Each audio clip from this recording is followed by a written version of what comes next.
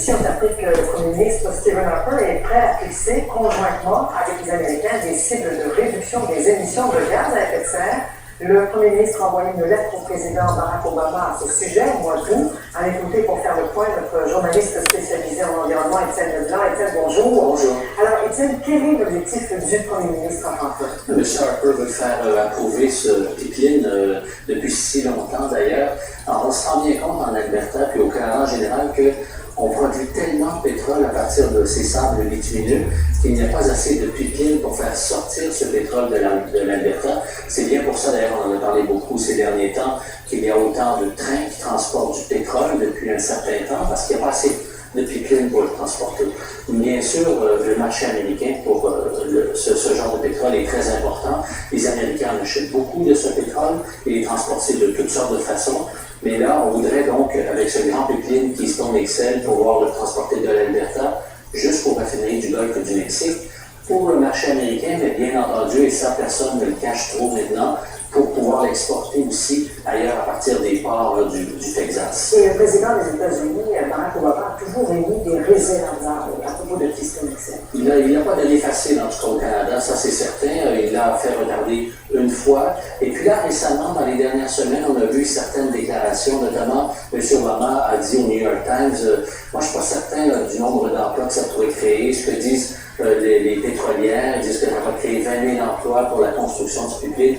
Il dit, moi j'évalue ça plutôt à 1 500, 2 000 emplois. Coup dur. Et puis d'autre part, il a dit, on va l'accepter ce projet seulement si c'est dans l'intérêt national des États-Unis et seulement si ça ne peut pas augmenter les émissions totales de gaz à effet de serre sur le continent. Et pourquoi toutes ces réserves? Il y a toutes sortes de raisons. D'abord, la situation a changé aux États-Unis. Les Américains avaient besoin du pétrole canadien il y a quelques années. Ils ont découvert des gisements de pétrole de schiste, notamment au Dakota du Nord. Et ça a bien changé la donne beaucoup. Les analyses disent que les Américains, d'ici quelques années, d'ici 2018-2020, seront indépendants. Ils vont commencer à exporter du pétrole américain. Ça, donc, la donne change. Le pétrole canadien devient moins attrayant, ils en ont moins besoin. Ça, c'est une chose.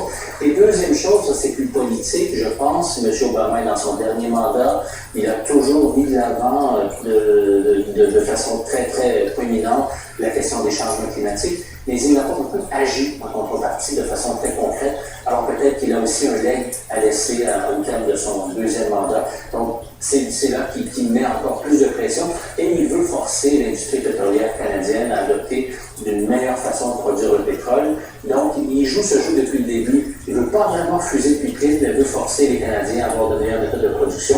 Alors, cette décision, elle l'attendait en 2012. Maintenant, on dit qu'elle ne viendra même pas cette année, peut-être l'année prochaine, en 2014. Très bien. Rapidement, l'opinion publique américaine sur cette question. Ça, c'est enfin, les écologistes ont joué une campagne assez brillante là-dessus. Et de plus en plus, on sent que l'opinion publique américaine, en tout cas dans certaines zones, est assez divisée. Bien sûr, il y a la question de l'emploi. Mais là où va passer le pipeline, on sent de plus en plus de réserves, surtout dans certains États au nord des États-Unis. Bien, Étienne Leblanc, journaliste spécialisé sur les questions d'environnement, merci. Merci.